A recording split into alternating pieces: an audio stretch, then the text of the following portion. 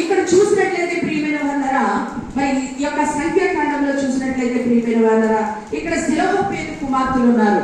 సెలోహోపేతుకి ఎంతమంది కుమార్తెలు అంటే 5 కుమార్తెలు. 5 కుమార్తెలు ప్రియమైన వాళ్ళరా. వారి పేర్లు ఏమనగా ప్రియమైన వాళ్ళరా, సెలోహోపేతు కుమార్తెలు Mahlah, Noah, Hoglah, Milcah, Tirzah అని 5 కుమార్తెలు ఉన్నారు. ఈ 5 కుమార్తెలు ప్రత్యక్ష గుడారం దగ్గరికి వెళ్ళారు. ప్రత్యక్ష గుడారం దగ్గర మోషే గారు, ఎలియాజరు గారు, ఇంకా అనేకమైనటువంటి పెద్దలు ఇక్కడ ఉన్నారు. ప్రధానులు చాలా మంది ఉన్నారు.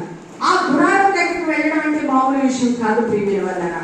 పురుషులు తప్ప స్త్రీలు ఎవరు కూడా ఆ స్థలంలోనికి వెళ్ళలేని పరిస్థితి. మరి 5 కుమార్తెలు పెళ్లి కానటువంటి యువకులు ఆ స్థలంలోకి వెళ్ళారంటే వాళ్ళకి ఎంత బాధ కలిగి ఉంటే అంటారు ప్రియమైన వాళ్ళరా. సాధారణంగా ప్రత్యక్ష గుడారం దేవుని మందిరంతో పోల్చుకోవచ్చు. మనము చాలా సందర్భాల్లో మనకు బాధ కలిగింది అనుకోండి, ఇబ్బంది కలిగింది అనుకోండి, మన వెంటనే గుర్తొచ్చేది ఏంటి? దైవజనులు, దేవుని యొక్క మందిరం. రేపు పొద్దున ప్రార్థన ఉంటే బాగుండు, గబగబా ప్రార్థనకు వెళ్ళి నేను ప్రార్థన చేసుకోవచ్చు, నా సమస్య దైవజనులకి మనం చెప్పుకోవచ్చు అని మనలో ఒకలాంటి ఉత్కంఠ మొదలవుతూ ఉంటుంది కదండి. మనలో ఒకలాంటి ఆసక్తి కలుగుతుంది. రేపు ఎప్పుడు ప్రార్థన ఉందా, ఇప్పుడే మన సమస్య చెప్పుకుందామా అని. వాళ్ళందరూ అటు రీతిగా ఉన్నప్పుడు ఈ సెలోహోపేతు ఎవరు అంటే ప్రియమైన వాళ్ళ ఇంకా మీకు మోటిగా అర్థం అవడానికి ఏంటంటే, యేసేపు యొక్క ముని మనవరాడు, అంటే కుమారుడు ముని మనవరాడు అన్నమాట. వీళ్ళు ప్రత్యక్ష గుడారం దగ్గరికి ఎందుకు వెళ్ళారు?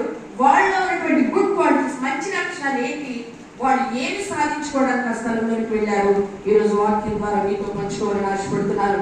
మొదటిగా చూసినట్లయితే ప్రియమైన వాళ్ళరా, ధైర్యంతో దేవుని సన్నిధిలో వారు ఏం చేశారండి? వేడుకున్నారు. ధైర్యంతో దేవుని సన్నిధిలో ఏం చేశారండి? వేడుకున్నారు.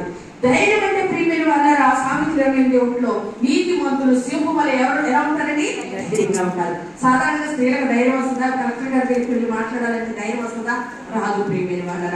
కానీ నీతిమంతులైనటువంటి వారి ధైర్యం చాలా ఎక్కువ. ఏమైంది? అది తప్పు, ఇది ఒప్పు, ఇది కరెక్ట్, ఇది రాంగ్ అని చెప్పడానికి ఏమాత్రం వెనకంచి వేరు. ఆ తప్పుని తప్పుగా సపోర్ట్ చేసేవాళ్ళు ఏంటంటే ధైర్యం లేని వాళ్ళు. ఆ తప్పును ఖండించే వాళ్ళు ఎలాంటి వాడు అంటే నీతిమంతులు, ధైర్యవంతులు ఏంటున్నారు ప్రియమైన వాళ్ళు. వాళ్ళు చాలా ధైర్యంగా ఆ స్థలంలోకి వెళ్ళారు. సాధారణంగా మనం చూసినట్లయితే ప్రియమైన వాళ్ళ మనవులు ఏదైనా తగు జరుగుతూ ఉంటాయి. తగు జరిగినప్పుడు అక్కడ ఎంతో మంది పురుషులు ఉంటారు. అందరూ రౌండప్ పురుషులు కూర్చొని ఉంటారు. ఆ స్థలంలోనికి పెళ్లి కానీ 5 ఆడబిడ్డలు వెళ్ళి అక్కడ ఉంచున్నారు అనుకోండి, ఆటోమేటిక్ గా మన చూపు అంతా ఎవరి వైపు వెళ్ళిపోతే వాళ్ళ వైపు వెళ్ళిపోతాయి.